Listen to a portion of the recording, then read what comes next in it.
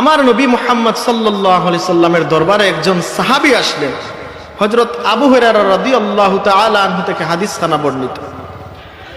عن أبي هريرة رضي الله تعالى عنه قال قال رجل يا رسول الله من أحق بحسن الصحابة হযরত আবু হুরায়রা রাদিয়াল্লাহু তাআলা থেকে হাদিস খানা বর্ণিত। আল্লাহর রাসূল সাল্লাল্লাহু আলাইহি সাল্লামের নিকট একজন সাহাবী আগমন করলেন, বললেন ইয়া রাসূলুল্লাহ মান আহাক্কু বিহুসনি সাহাবাতি, ইয়া রাসূলুল্লাহ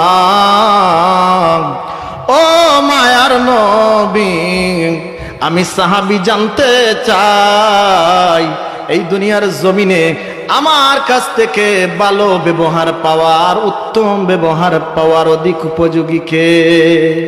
সবচেয়ে ভালো ব্যবহার, উত্তম ব্যবহার, আমার কাছ থেকে খেদমত পাওয়ার অধিক উপযুক্ত ব্যক্তিকে? আমার নবীর সাহাবী আমার নবীর কাছে এসে প্রশ্ন করলেন।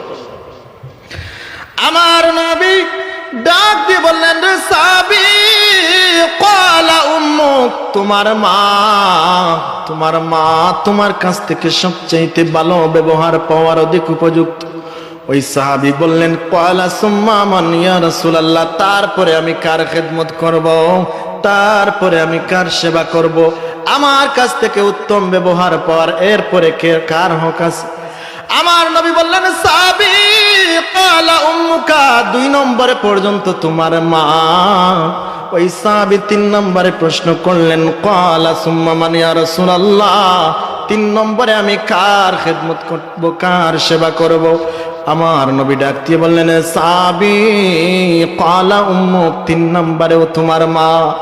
ওই সাহাবী প্রশ্ন করলেন, ক্বালা সুম্মা মান ইয়া রাসূলুল্লাহ, এরপরে আমি কার খেদমত করব, কার সেবা করব? আমার নবী 4 নম্বরে বললেন, ক্বালা আবুকা, 4 নম্বরে তোমার বাবা। 3 বার পর্যন্ত কার কথা বলেছেন?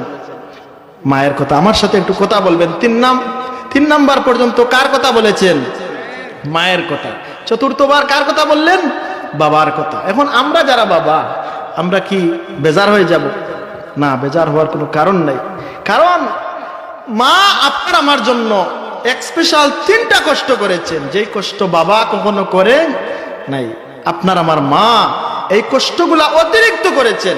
এই জন্য আমার আপনার নবী মায়ের কথা 3 বার বলেছেন। এর মানে এটা নয় যে বাবার সম্মান নাই, শুধু মায়ের সম্মান।